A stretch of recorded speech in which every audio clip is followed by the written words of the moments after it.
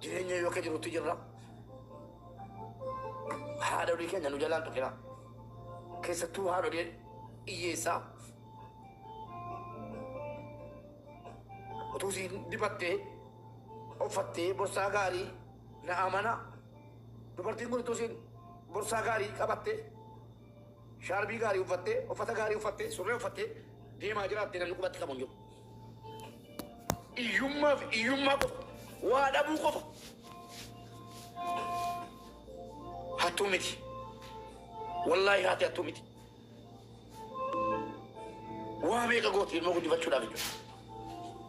Keessattuu dubartiin warri abbaa malee guddattan waa'een dubartii kanaa moor isiniif gala. Warri abbaan keessan sinirraa duunaan guddattan akkatti guddattan gatii beektanuuf gatii dubartii kanaa sirriitti beektu.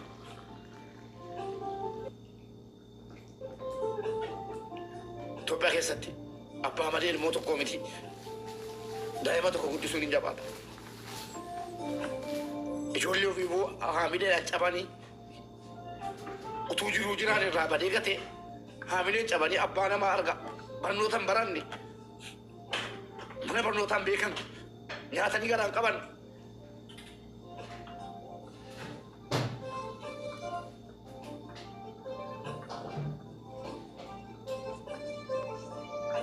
sanuu ilmoo biratti ilmaan isii duratti akkasatti taphatanii nama dhukkubsa gochaan biyya keenya keessatti isuma dhugumaa utuu biyyi ofirraa mulqama ta'e kaleessan ofirraa mulqa'an.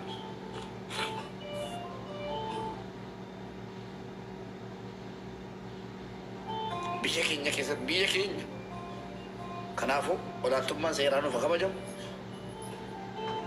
seerriin utuwatee raa galatoo kan nuyi mannes arraba malee gaaffii mirga keenyaa gaafanne kan tumamte haadha keenya hundaati. Warri biyya bulchaa jiru muummicha ministeeraatii kaasee amma hidhataa gandaatti warruma haadha akkasiirraa dhalatanidha. Haadha hiyyeessaarraa dhalatan gaaraa kaasee muummicha ministeeraarraa kaasee jechuudha. Nu dhukkuba bakki kun. Namni maallaqaan achi maal jalan hattuun koo hattuudhuma. Sooressi illee barabaraa oolus. Hojjetaan mootummaan ni waajjira taa'ee nama saamus hundinuu hattuudha. Kaa kan moo hattuutumna kaane. Kotaa mi hattuutumna. Abbaan barbaade yoo yakka hojjete mana murteetti dhiyaata. Hin callimnu wallaahi. Wanni barbaaden nu haa mudatu hangara kootiin. Namni itti bahu sooyeedha. Akka biyya kanatti. Akka haadha kootii gaachana kan naa taatee obboleetti jabdu wanni dhufe fuudhanii itti seenan. Dhageessanii wanni dhufe haa dhufu jedhanii itti seene. Galatooma nu galatooma warri mootummaas galatoomaa sagalee keenya dhageessanii namichi kun miilitarii irraa baafamee uffanni seeraa irraa baafamee qawween irraa fuudhamee mana hidhaa galuu isaatiif hedduu gammanneerra murtee isaa tattamaan dhaga'uu barbaanna ifaaf bilisatti malee maanguddummaan amma poolisoonni socho'aa jiran doorsisatti fudhannamu. Maanguddummaan waa illan isaa poolisoonni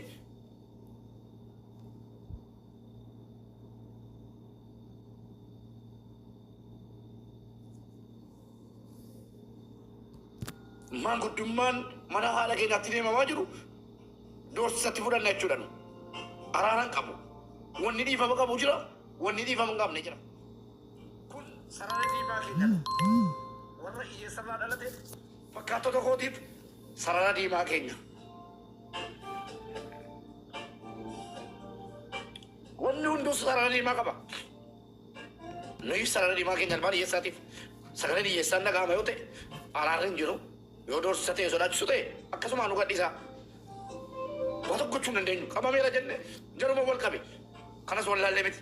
Akka kan nutti hin baane namichi kun. Eeyyee namichi kun akka kan nutti hin baane dhimimmaan keenya nu gorsa atattamaan murteen itti murtaa'uu qaba. Murteen ummata gammachiisu ummata talaalate kana gammachiisu kennamu dhaga'uu barbaanna malee nu poolisoonni akkas jedhanii maalii maalan godha irraa dhaga'uun qabnu haadha keenya irraa nu yoo adda bilbilatti binna hin bilbillaa fi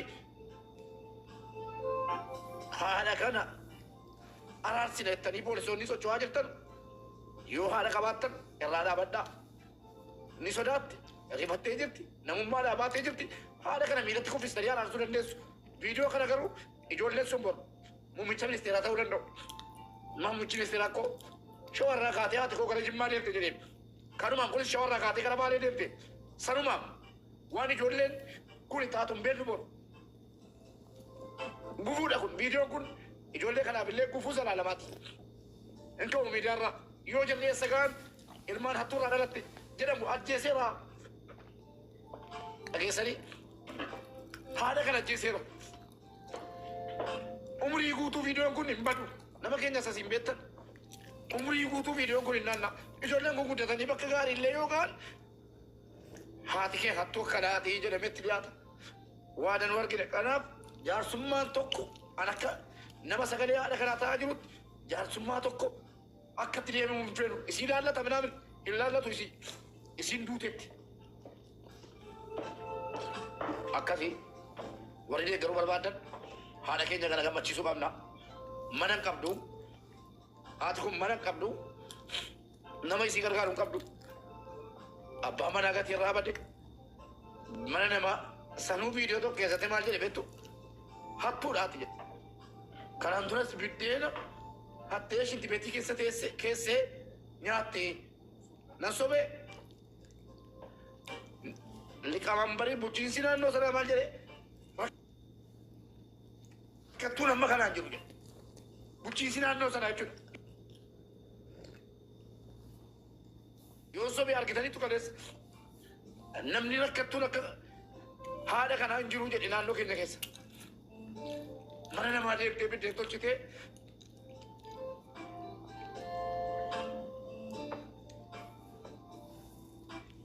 ilmaan si guddifataa turte kanaaf hawaasni keenya namni haadha qabdan hundi keenya iyyuu haadhuma wal fakkaataa irraa dhalanne ilmaan baadiyyaati hundi keenya iyyuu birrii 500 haadha kana gargaarree tokkoffaa mana hin qabdu kiraa manaa kaffaltee jiraatti manatti goonaa dhiyaannee irraa manatti haati kun algaa irra ciiftee hin beektu algaa gaarii irra ciisuu qabdi mana bituun ammas balaatti bitudha mana qodaa barbaada distii waan hojjetattu hin qabdu hadha hoteelan qabee fi baalee keessaa jiru gara baadiyyaarraa fideen sababii neetworkiitiif hoteela qabee fi jira jechuudha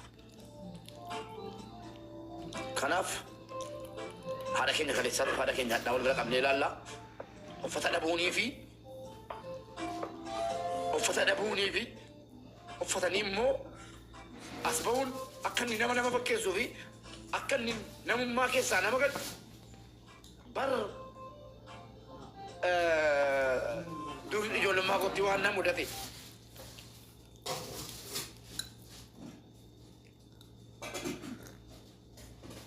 laalaan qaban bar jaalladhee miti kanan ba'u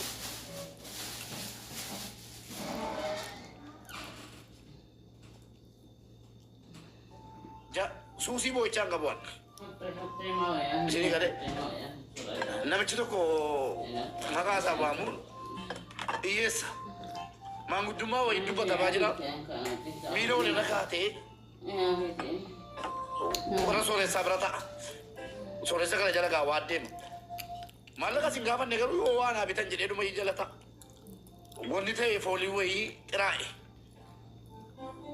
maal eenyuun sooressi dhufu jedhe hin albaabbo eenyuun sooressi dhufu jedhe dhufuun dhufamnaan hundinuu ija keessa wal ilaale bar sooressi hin albaasin jedhe suree keessatti arbaa qoshaashaa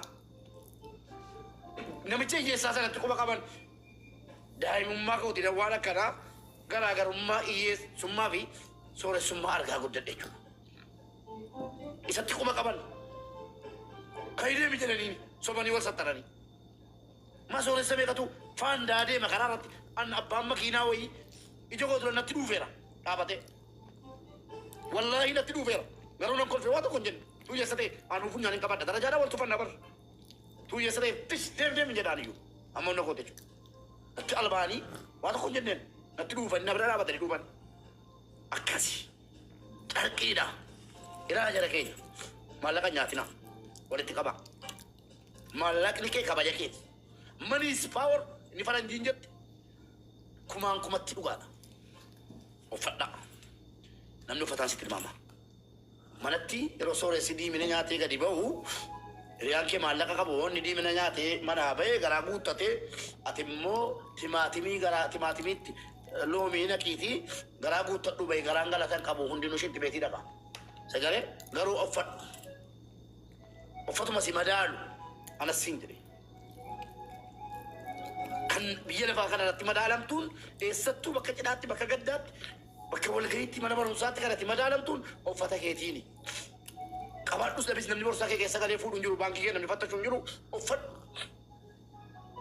uffattu malee hiriyaa kee bira hin naqin. Uffadhu deemi. Manatti immoo muka nyaadhu. Maal fayyada mana caccabaa keessa teessee yoo oolaa guyyaatti qaltee nyaatti cooma guyyaatti murtee nyaattu maal fayyada nuti waan tokko si fayyadu natiin garaan galatan qabu. Manatti timaatii mana bareeffadhu manatti timaatimii nyaadhu raafuu nyaadhu namni sirkatti qabu hin jiru namni maan nyaatte garaan kee jedhu hin jiru garaa yoo ta'e galatan qabu bakkee yeroo deemtu garuu uffadhu dhiqadhu. Kan ammoo hadha gochaanan si agarsiisa. Haadha keenya kaleessa lafarra gangalchamte uffanni si ilaalamee dhabeessa siitiin lafarra gangalchamtee fi haadha keenya hadhaa immoo wal bira qabdanii ija keessanii ilaaltu. Riqoo akkam barbaanne eessa jirti isaan eessa jiru siin obboleetti namoo kan jedhu. Fakkeenya gaarii akka inni ta'utti dhimma naannoo shawaa irratti lafta bitamuu fi lakki baalee irratti maaloo irratti kan murteeffatu isiidha deemnise. Sooyyoo wajjin irratti dubbataa turre boru itti gaafatamummaa qaba gatii ta'eef tokkoffaa akkaawuntiin hin banamaa fi maallaqni bakka jirutti uummanni baree ammi galchus irratti galchuu akkaawuntiin mataasii ni banamaa fi sana booda eessatti galuu barbaadda.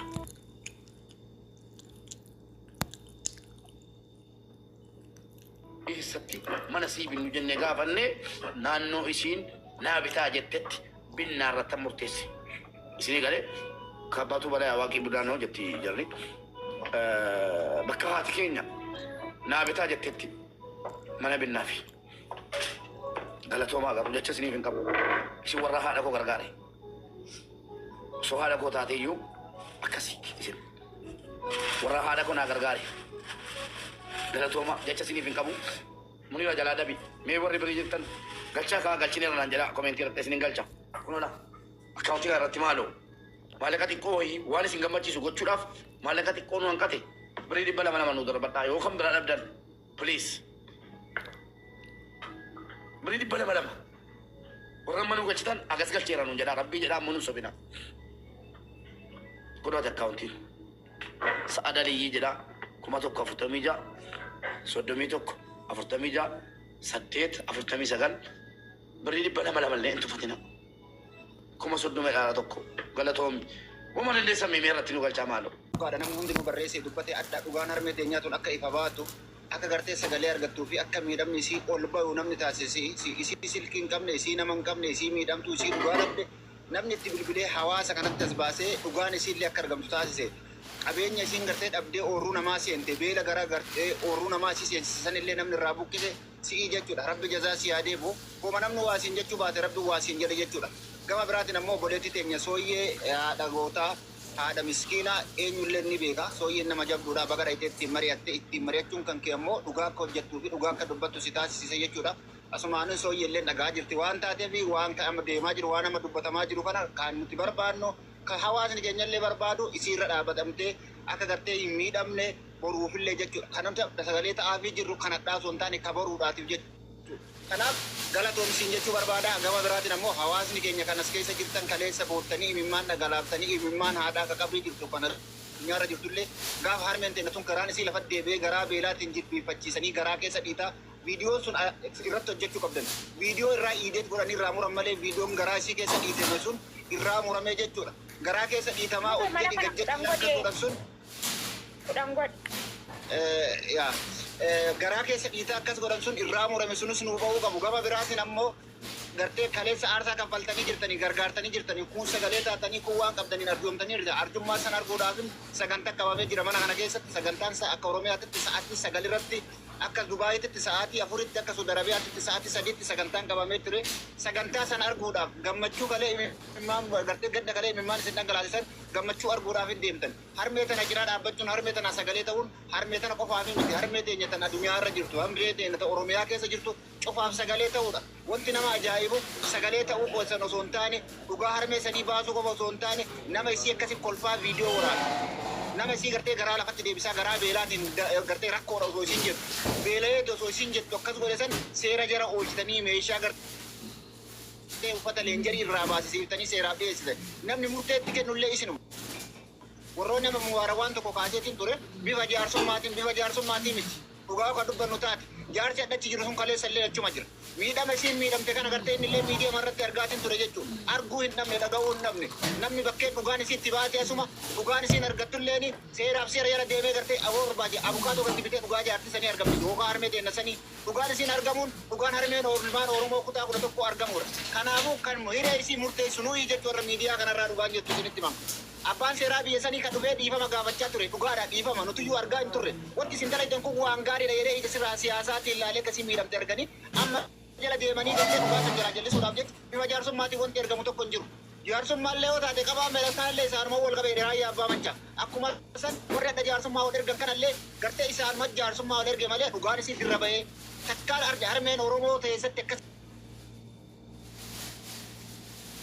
sintane garaan isii dhiitamaa garaan laman garagalfa muka lama muka ormaan seenne hadirii ormaan seenne hannan jedhamu harmeen gartee beeloytee ilmaan itti beeloytee hadirii namaa seente malee garaa ofitti nyaachuudhaaf miti tana durallee gartee buddeena waliin qabamtee akkas jechaatiin ture namni kun jechaan isii cabse jecha qofa osoo hin taane gochaan isii cabse gartee viidiyoo kolfaa irra waraabaa jilbiinfachiisaa inni akkas godhe suni dhugaa rabbii hanga inni itti murteessisu anaaf isinillee ni beenu yoo gartee humnaan illee dadhabee abukaatootti bitee namni jala deemuunuu jechuu haadha teenya haadha teeti haadha tiyya kanaaf mubaarak musammaa mallee irra deebi'ee galatoomi isin jechuu barbaade dhugaa harmee tanaa wal baafte irra guddaa ammoo kana osoo isin jechuun taane sa'aatii 9tti waan jabaa arguudhaaf deemtani kalee gadditanii cabdanii kalee miidhamtanii gartee imimmaan gaddaa dhangalaaftanii hadha imimmaan gammachuu dhangalaasuudhaaf deemtan maaltu maal ta'e akkam taate eessa jirti mana hidhaa keessa jirti moo eessa jirti waan jedhu waliin arguudhaaf deemna manuma kana irratti hundi keessaniyyuu ammallee jiddumaanuu gaafa kana jenne rakkoon isii irraan kaane mallayni qabame hin guuttamne mukunoo kan muniiraan maxxansaa jirtu kana ustaas Sa'aad Alii irratti waan dandeessan 100 hanga 200tti